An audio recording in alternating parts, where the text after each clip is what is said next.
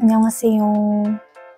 이번 영상은 지난 한참 전의 영상이었던 방학 전에, 그러니까 7월달 영상에서 식비를 줄이는 방법부터 시작해서 약간의 시리즈 같은 느낌으로 진행을 하려고 한다고 했었잖아요.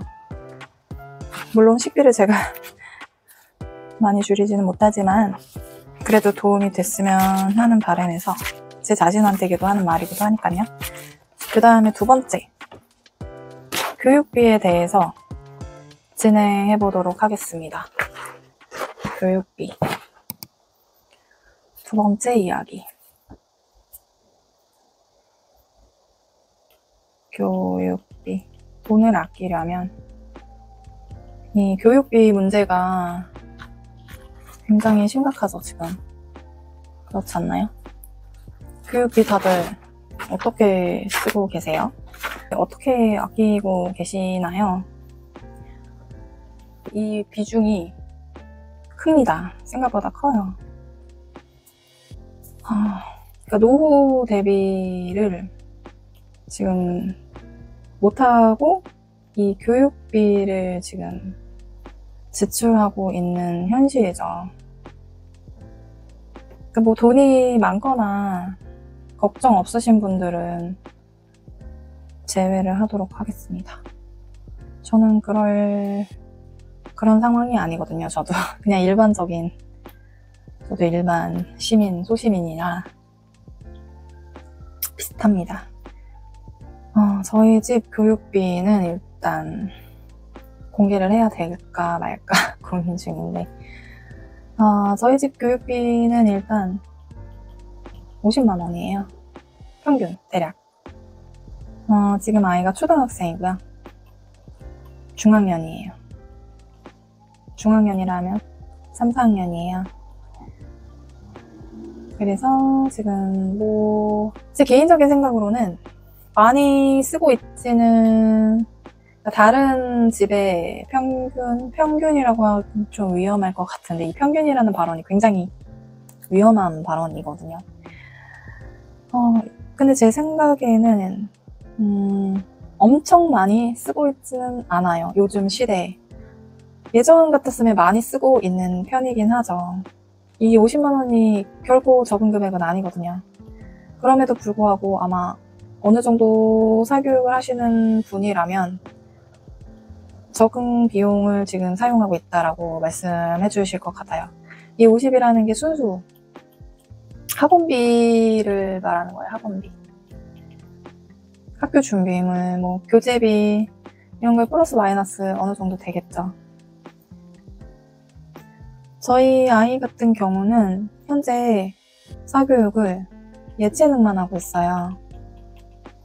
예체능이라 하면 피아노, 미술, 체육, 그러니까 운동을 하고 있죠.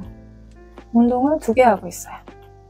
피아노는 주 2회, 미술은 주 1회, 이 운동은 2개인데 하나는 그러니까 둘 다 주 2회이긴 한데 하나를 주 1회만 가고 있어요. 시간이 안 맞아가지고. 저희 아이는 4개를 다니고 있고, 50만 원이 들고 있습니다. 제일 궁금하실 것 같은 국어, 영어, 수학 공부는 어떻게 하고 있느냐 궁금하실 텐데요. 다 집에서 하고 있습니다. 집에서 아이 주도라고 말하면 자랑하는 거 아니냐라고 말할 수 있겠는데, 그냥 이름만 아이 주도예요. 아이 주도. 그냥 엄마표일 수도 있고. 되게 안 좋은 감정들이 많은 부모님이 계시거든요. 근데 저는 그냥 이름만, 내용도 비슷하긴 한데 이름만 빌려오도록 할게요. 그러니까 집에서 그냥 공부를 하고 있어요. 문제집으로. 이걸 달리 표현할 방법이 없어서 그냥 아이 주도 학습을 하고 있고 엄마표 공부를 하고 있다라고 말씀드리는 거거든요. 국어 같은 경우는 문제집 2권 정도 풀고 있고, 영어는 아시는 분들이 많아졌는데 요즘에 이제 엄마표 영어라고 해서 워낙 유명한가? 아는 사람한테는 유명한 것 같아요. 그럼 엄마표 영어 집에서 영상도 노출해주고 원서책도 읽게 하고 그러니까 자연스럽게 언어로 노출을 한다는 의미의 그 엄마표 영어를 지금 진행한 지 3년이 됐어요. 3년의 시간이란 동안 꾸준하게 했고요.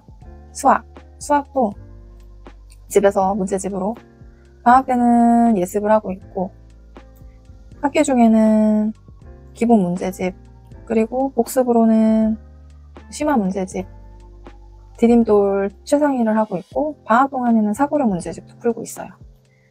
그러니까 다양하게 계속 연산도 건드리고 있는데 그러니까 문제집을 다양하게 건드리고는 있는데 거의 2권 정도 진행을 하고 있어요. 한 번에 할 때. 과하지 않게 집에서 공부를 하고 있죠. 네, 간단하게 말씀드리면 이렇게 하고 있고 좀 더 자세하게 말씀을 드릴까 하다가 이 부분은 이제 교육비에 대한 내용이기 때문에 공부에 대한 내용이 아니기 때문에 여기까지만 할게요. 나중에 기회가 된다면 저희 아이가 집에서 그거를 어떻게 공부하고 있는지 엄마표 영어를 어떻게 공부하고 있는지 수학을 어떻게 공부하고 있는지 집에서도 사고력과 심화를 어떻게 하고 있는지 아마 이 영어가 초등학생에게는 최대의 관건일 것 같아요. 유치원부터 이제 영어에 대해 아주 그냥 난리죠, 난리. 4세 고시, 7세 고시 저도 다 알고 있습니다. 그 새끼 학원을 가야 된다. 뭐 황소의 새끼의 송아지 학원, 영어 유치원부터 시작해서 영어 유치원 계속 유지시켜주기 위해 계속 사이사이 학원 보내고 영어 유치원을 가기 전에도 학원을 보내고 저도 소식을 통해서 교육 정보를 어느 정도는 알고는 있어요. 그럼에도 불구하고 집에서 하고 있습니다. 생각해보세요. 우리 때도 생각해보세요. 아무리 세상이 돈 벌기 힘들고 그러니까 갈수록 경쟁이 심해지고 힘든 건 맞아요. 근데 그렇다고 해서 공부 관련한 그 원래 제때 나이에 배워야 할 그 지식을 낮추는 것은 좀 잘못된 것 같아요. 그러니까 미리 예습을 할 수도 있고 한 학기나 뭐 1년 정도의 예습은 할 수 있고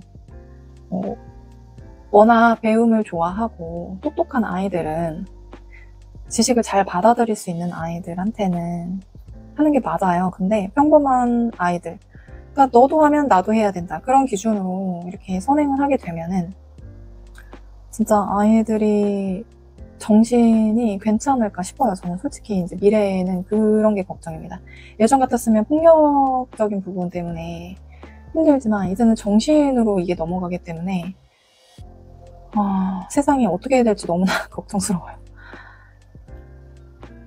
어디까지 얘기하다가 이렇게 흘러갔는지 모르겠지만 아무튼 과도한 선행은 저는 하고 싶지 않아요. 이 학교 교육 과정에서도 그 나이에 맞게 배울 필요가 있기 때문에 그렇게 커리큘럼이 짜여 있는 건데 그걸 무시하고 뭐 2, 3년을 선행한다. 요즘엔 초등학생이 고등학교 거 1학년 거까지 하는 아이가 있다고 들었어요. 저는 카더라 통신일 수도 있어요. 유튜브에서 하도 그런 얘기들이 많아서 정말일까? 라는 의심도 있지만 어쨌든 아니땐 굴뚝에 연기 날까라는 마음으로 있으니까 그런 말이 나오겠죠. 초등 의대반 이런 학원 커리큘럼 학원 강의도 있으니까요.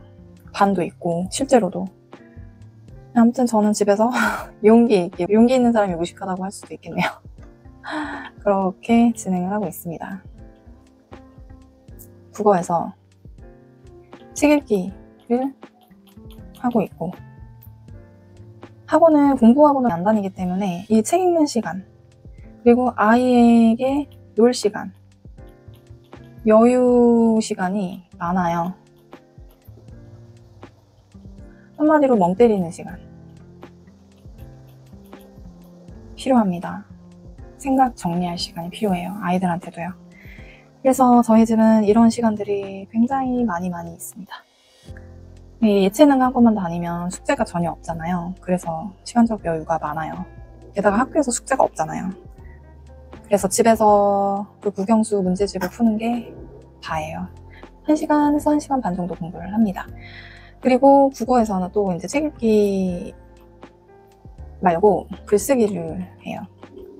일기일 수도 있겠고, 뭐 생각 글쓰기, 주제 글쓰기, 아니면 신문. 다양하게 건드리면서 글을 쓰고 있어요. 저랑 교환일기도 쓰고 있답니다. 교환일기 이제 여름방학 때부터 시작을 했는데요. 반응이 굉장히 좋아요. 생각보다 글 쓰는 거를 싫어하는 아이들이 많은데, 이거를 처음 시작할 때 공부 관점으로 들어가게 되면 싫어할 수밖에 없죠. 저 같아도 싫을 것 같은데요. 이렇게 진행을 하고 있어요. 이게 다예요. 보드게임도 많이 하고 있고, 체험활동도 많이 하고 있고, 초등학교에는 교과 공부를 기본으로 가지고 가고, 오히려 예체능, 자기 몸을 얼마나 잘 쓸 수 있느냐, 자기 자신에 대해서 얼마나 더 자세히 알 수 있느냐, 자기가 뭘 좋아하고, 뭘 싫어하고, 뭘 못하고, 뭘 잘하고, 뭐에 관심이 많고, 흥미가 많고, 흥미가 떨어지는 게 어떤 게 있는지 알아갈 시기인 것 같아요. 그래서 저는 여유 시간을 최대한 많이 주려고 노력을 하거든요. 중학교, 고등학교 되면 정말 공부하기 바빠요. 그렇기 때문에 초등에서는 충분히 자신을 알 수 있는 기회를 줘야 된다고 생각해요. 그걸 안 주면 중고등학교 때는 그냥 공부하라고 하니까 계속 공부를 하는데, 결국 그 자신에 대해 알아가야 될 그 생각들이 성인이 돼서 대학교 때 시기에 온다고 합니다. 오게 됩니다. 후폭풍이죠. 사춘기를 그러니까 대학교 때 겪게 되는 거죠. 중고등학교 때 겪어야 될 일들을, 이런 자신에 대해서 알아가야 될 시기를 빠뜨리게 되면 언젠가는 이게 대학교 때 오게 된다고 생각해요. 그러니까 초등 때만은 아이에게 많은 시간을 줘라. 제 교육 가치관입니다. 강요할 수는 없겠지만, 그쵸? 집집마다 다 다르니까, 생활도 다르고 환경도 다르고 문화도 다르고, 강요할 권리나 의무는 제게 없죠. 아무튼 사교육비를 줄이려면, 돈이 많으신 분들은 상관없겠지만, 줄이려면 초등 기준으로 말씀을 드릴게요. 제가 초등아이를 키우고 있기 때문에. 두서가 없이 얘기를 하고 있지만 그래도 잘 따라와 주세요. 예체능을 많이 하기는 하죠. 초등 저학년 때 굉장히 다양하게 많이 시키고 있어요. 요즘에 유행하는 하키, 축구, 특히 하키를 많이 시키더라고요. 빙상 쪽을, 아니면 수영. 저는 저희 아이의 기질을 파악을 해야 된다고 생각해요. 기질. 저희 아이는 이런 축구 같은 운동을 좋아하잖아요. 태권도. 그래서 개인 3, 4, 5 모여서 단체로 배우기는 하지만 개인적으로 하는 운동들 있잖아요. 수영이나, 그래서 스케이트를 하고 있어요. 쇼트트랙이죠. 쇼트트랙. 이 두 가지를 하고 있거든요. 기질을 먼저 파악하시고 이것저것 경험 쌓는 건 좋기는 해요. 어쨌든 아이가 이걸 수영을 잘할지, 하키를 잘할지, 축구를 잘할지 모르지만 그래도 이 유전에 대해서 아이는 부모를 닮게 돼 있어요. 어쨌든 아니면 친척, 형제, 부모님, 가족 중에 있단 말이죠. 아닐 수도 있겠지만 보통은 그렇잖아요. 저희 아이도 마찬가지로 단체 생활, 단체로 하는 이 운동에 대해서는 별로 좋아하지 않은 것 같아요. 그래서 이런 경험에 대한 걸 쌓는다고 여기저기 학원 보내고 1, 2개월 경험치를 주는 것도 중요한데, 그 돈과 시간, 이런 비용들을 따져봤을 때 굉장히 저는 비효율적이라고 생각을 해요. 그래서 이런 예체능을 하실 때도 기질을 파악해서 보내는 거죠. 피아노 피아노, 미술, 운동이 있는데 저는 제일 첫 번째로 배워야 되는 게 미술이라고 생각하고 그 다음에 피아노나 운동을 같이 들어가면 좋을 것 같아요. 운동은 계속 체력이 돼야 공부를 할 수 있기 때문에 운동을 꾸준히 시키는 게 좋고 이 둘 중에 하나를 시키는 게 맞는 것 같아요. 그러니까 아이 취향에 따라서. 피아노는 소근육 운동에 굉장히 좋거든요. 그리고 눈과 이 운동 움직임과 뇌 이게 되게 복잡한 구조로 협업이 되기 때문에 피아노도 굉장히 좋고 도움이 많이 되고 미술은 말할 것도 없죠. 유치원부터 초등 저학년까지는 모든 학교생활 과목에 미술이 다 포함되어 있어요. 그래서 미술 학원을 다 다니기 싫다. 미술에 너무 싫어하면 어쩔 수 없지만 그래도 학교 생활이 힘들지 않게 하려면 이 미술을 조금 신경 써서 그렇다고 제가 엄청 잘하라는 입시처럼 막 그림을 잘 그리고 기법을 얘기하는 건 아니에요. 미술에 흥미를 갖고 다양한 경험을 쌓게 해주라는 의미예요. 스케치를 할 수도 있겠고 수채화 물감을 이용할 수도 있고 색연필, 사인펜 다양한 그 미술 도구들을 사용해보고 아 이건 이렇게 쓰는구나 이건 이렇게 쓰는구나 이런 느낌이 어떻구나 이런 걸 알게 해주라는 의미예요. 그래서 이 절약 관련해서 말하고자 하는 게 경험을 쌓게 해준다고 우리 아이 어떤 걸 잘하는지 찾게 해준다고 너무 이것저것 중구난방 하지 말라는 말씀을 드리고 싶었어요. 이 기질을 먼저 파악해보고 한두 개 정도 꾸준하게 계속 최소 1년에서 3년은 시켜라 라고 말씀을 드리고 싶습니다. 그래야 시간도 낭비되지 않고 돈도 낭비되지도 않고 이 예체능은 1년 배운다고 해서 효과가 엄청 눈에 보이지 않거든요. 예체능은 오래오래 할수록 빛이 더 나는 그런 과목이에요. 섣불리 나는 그냥 피아노 어느 정도 간만 보면 됐어. 이렇게 시작하는 거는 아예 시작도 안 하는 게 돈도 낭비되지 않는다 라고 말씀드리고 싶어요. 그리고 이런 예체능을 이용할 때는 시에서 운영하는 체육관이나 문화센터, YMCA 이런 것들을 이용하면 금액이 훨씬 더 저렴한 것 같아요. 저도 지금 시에서 운영하는 체육관을 이용하고 있는데 일반 학원비보다 한 반, 2분의 1에서 3분의 2까지 싸요. 훨씬 더. 교육 내용은 퀄리티는 좋아요. 괜찮아요. 대신 이제 개인 보강이라든지 인원수는 아무래도 좀 더 많겠죠.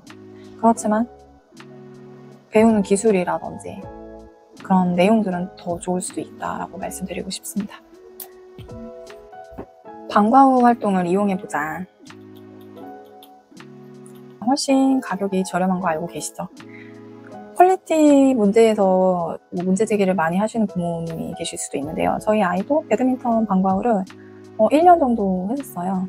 그런데 굉장히 생각보다 아이가 잘 배우고 왔더라고요. 일주일에 한 번밖에 안 하는데도 불구하고 자세라든지 기초적인 자세는 어른보다 더 낫더라고요. 저희는 그냥 여가 활동을 하는 건데 자세도 엉망이고 그냥 치는 거죠. 근데 아이는 확실히 자세부터 다 배우고 오더라고요. 1년이면 정말 그 성인 못지않게 초보다 중급? 중급까지는 아닌데 일반인보다는 잘 칩니다. 방과 후 활동을 이용해보세요. 그리고 내 아이가 뭘 좋아하는지 경험을 높이고 싶다 그러면 일단 방과 후 활동을 이용해보세요. 그 다음에 얘가 더 잘하고 관심이 많다 그러면 학원을 이용하셔도 늦지 않습니다. 방과 후 활동, 학교 방과 후 활동 괜찮아요. 걱정 안 하셔도 돼요. 그리고 도서관 이용하기. 도서관 너무 좋죠. 잘 돼 있잖아요. 요즘에 학교 도서관도 있고 시에서 운영하는 도서관도 있고 아니면 그 구에서 운영하는 도서관도 있겠고요. 저는 거의 매주 1주 한 번이나 2주에 한 번씩 도서관을 가서 아이 책도 빌려오고 제 책도 빌려오고 책을 꼭 거기서 안 읽어도 되고 빌리기만 해도 되고 그 느낌을 이제 습관을 들이라는 말씀을 드리고 싶어요. 아이가 책과 친해졌으면 하는 마음이 있다면 도서관을 이용해보세요. 그리고 책을 매번 살 필요는 없답니다. 특히 만화책. 저는 만화책 아이가 꼭 사고 싶다 그러면 아이 용돈으로 사게 하고 도서관을 이용하라고 얘기를 해요. 줄글책이나 꼭 필요한 책 같은 경우는 계속 오래 볼 책들은 구매해서 사긴 하는데 어쨌든 이것도 절약하는 방법 중에 하나입니다. 사실 사교육은 국영수 학원이 제일 돈이 많이 들기는 해요. 그러니까 초등학교 때 국영수를 안 다니면 교육비를 상당히 줄일 수가 있습니다.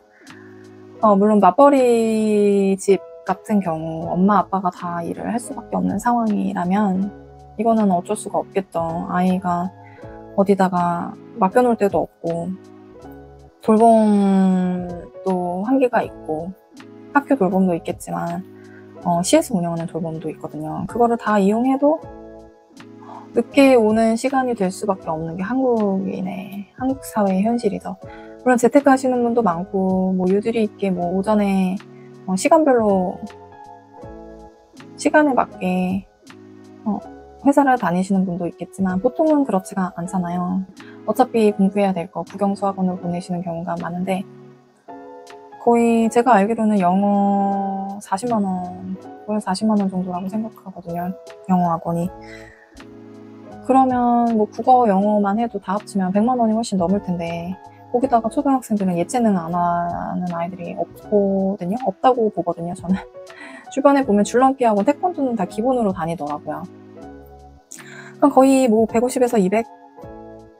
무슨 200만 원이 뭐 옆집 간식 이름도 아니고 이 사교육비로 100에서 200만 원이 든다는 게 참 안타까운 현실입니다, 진짜.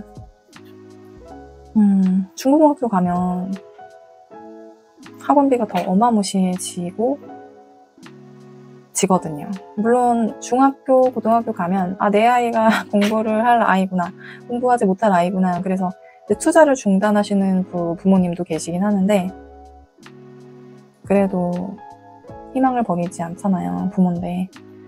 거의 한 과목에 50만 원? 들지 않아요? 단과로 들잖아요, 고등학교는. 교재비는 또 따로. 그리고 독서실, 또 공부하는 데 있잖아요. 공부 카페. 이것도 막 방학에 보면 막 100만 원씩 끊고 관리해주는 데로 가더라고요. 이게 말이 됩니까? 진짜 집에서 공부를 해도 되는데 이제 집중이 안 되고 자꾸 놀게 되니까 이런 것들을 이용하는데 이런 게 다 돈이라고요. 이 독서실 한 달 끊는 것도 100만 원인데 초등학교 때 실컷 놀게 해주고 중고등학교 때 공부를 할 수 있도록 유도를 해줘야 된다고 생각합니다. 정말 저희 노후 대책은 언제 해야 될까요? 이러면 정말 부모님도 이제 도움을 드려야 될 시기가 점점 오고 있잖아요. 저희 세대가 아래로 아이 돌봐야 되고 위로는 이제 부모님, 돈 들어갈 데가 한두 군데가 아니에요, 지금. 그래서 저도 이 현금 생활을 하고 있는데 너무나 두렵습니다, 진짜. 앞으로 다가올 미래가 너무나 두려워요. 그 다음에 엄마, 메인 양육자가 아이에 대해서 공부를 해야 돼요. 아이와 교육에 대해서. 어쩔 수가 없더라고요. 입시는 정보라고 하잖아요. 정말 맞는 것 같아요. 너무 입시 제도가 다양해서 아이가 공부를 해야 될 시간도 모자란데 그것까지 하기에는 너무나 시간이 모자랍니다. 물론 그것도 포함이 되어 있어요. 정보, 입시 정보, 학원 정보 뭐 다 맞는데 이걸 다 떠나서 내 아이에 맞게 교육을 어떻게 시킬 것인가. 국어, 영어, 수학, 뭐 미술, 예체능, 인생 전반적인 교육을 말씀드리는 거예요. 아이에 대해 맞게, 아이 기질에 맞게. 그러려면 공부를 해야겠죠. 엄마, 부모가 거저되는 게 아니더라고요. 그러니까 아이를 계속 지켜보고 뭐 밥 먹이고 옷 입히고 씻기고 뭐 건강 체크해주고 이거는 그냥 기본이에요. 이거 말고도 해야 될 게 진짜 많은데 그러니까 엄마가 된 다음에 그냥 자동적으로 엄마가 되는 줄 알았는데 공부를 많이 해야 된단 말이죠. 교육에 대해서도 공부를 해야 돼요. 이 시기에는 뭐가 발달되고 뭐가 필요하고 공부도 마찬가지예요. 어떤 게 발달되기 때문에 이 시기에는 뭐를 적절하게 시켜주는 게 맞는지. 그러니까 교육책을 읽어줬으면 좋겠어요. 교육책, 교육도서, 자녀 교육서. 저는 자녀 교육서를 100권 정도 읽었어요. 그러니까 육아 교육서 말고 자녀 교육서, 초등 교육서만 100권 정도 읽은 것 같은데, 읽고 나니까 아이를 공부를 어떻게 시켜야 될지, 이게 뭔가 로드맵, 요즘 로드맵 굉장히 좋아하잖아요. 중요시 여기고. 이 로드맵이 한눈에 쫙 펼쳐지더라고요. 물론 이대로 실행하지는 못하고 아이가 따라와 줄지 못 따라와 줄지 이거는 다 모르는 일이지만, 일단 제가 먼저 공부를 해야 진행이 되지 않겠습니까? 이런 것들을 다 알고 공부를 하고, 그 다음에 동시에 아이 관찰을 하는 거죠. 그 다음에 기질 파악하고, 그 다음에 습관, 루틴을 만들어줍니다. 그러니까 좋은 습관과 루틴을 말씀드리는 거예요. 뭐 예를 들면 자는 시간, 글쓰기, 책 읽기, 공부, 이런 시간들. 생활 습관 같은 경우도 일찍 일어나고 일찍 자고, 주말에는 어떤 생활을 하고, 뭐 주일에 도서관을 가고, 뭐 이런 규칙적인 습관과 생활 루틴 잡아줘야 돼요. 이거는 아이 스스로가 절대로 할 수 없는 거예요. 어릴 때부터 정말 차곡차곡 쌓아주셔야 됩니다. 이게 그냥 걷어대는 게 아니에요. 아이가 컸다고 스스로 할 수 있는 부분이 아니에요. 3년 넘게 한 저희 아이도 돌아가는 건 정말 한순간. 그리고 동시에 몰입을 할 수 있는 기회를 주세요. 몰입. 어떻게 말하면 덕질이죠. 덕질을 할 수 있는 기회를 주세요. 이런 경험들을. 이 경험이 쌓여야 공부도 잘할 수 있다고 교육서에 나와 있어요. 정말로. 제가 그냥 하는 말이 아니에요. 이 경험을 해야 공부도 그렇게 할 수 있다고 합니다. 이런 몰입을 해본 경험이 없는 아이들은 공부도 그냥 깊게 하지 못하는 거죠. 경험해보지 못했으니까. 예를 들면 뭐 보드게임이라든지 책이라든지 아이가 좋아하는 취향에 대해서 깊게, 저희 아이 같은 경우는 그래비트렉스인가? 정말 깊게 팠었어요. 아기 때부터 그 레고 듀플로에서도 이렇게 떼굴떼굴 굴리는 이런 조립하는 게 있더라고요. 레고는 없지만 약간 짝퉁에서 나오더라고요. 그래서 이걸 지금 여기까지 이어졌거든요. 그리고 종이로도 레일을 만들어서 떼굴떼굴 굴리고, TV 영상으로도 그런 떼굴떼굴 굴리는 레이스를 엄청 봤답니다. 그게 이 마지막 그래비렉스로 발현이 된 거죠. 생각보다 창의적인 부분이 필요하거든요. 그리고 제일 중요한, 아이가 뭘 좋아하는지, 뭘 싫어하는지, 나는 이런 걸 잘해, 이런 건 못해, 이런 아이의 모습, 아이에 대해 파악할 수 있도록 정말 많이 도와주세요. 이 부분이 정말 필요합니다. 저도 지금까지도 제가 뭘 좋아하는지, 뭘 잘하는지 솔직히 어른이 돼서 알아가고 있어요. 저도. 이런 게 빨리 알게 된다면 더할 나위 없겠죠. 물론 중간중간 바뀔 수도 있어요. 그러니까 자기 객관화가 필요한 것 같아요. 그러니까 자기 자신을 알아야 객관화가 충분히 잘 이루어지거든요. 그러면 이 공부랑도 다 연결되고, 나중에 어른이 되어서도 생활할 때 충분히 독립적으로 잘 살 수 있다고 생각이 듭니다. 그 말이 어쩌다가 여기까지 흘러 들어왔는지 모르겠지만, 사교육은 엄마의 교육, 인생 철학이 굉장히 많이 반영이 돼요. 그러니까 엄마가 어떻게 하느냐에 따라 아이 교육비가 들어가는 게 천차만별이라는 말씀을 드리고 싶어요. 제가 이 영상을 찍긴 했는데 올릴 수 있을지는 모르겠어요. 너무 두서없이 얘기하고 너무 개인적인 주관으로 얘기를 드려가지고 편집을 하면서 한번 올릴 수 있는지 고민을 조금 해보겠습니다. 다음번에는 다른 이야기를 가지고 영상을 담아서 돌아오도록 하겠습니다.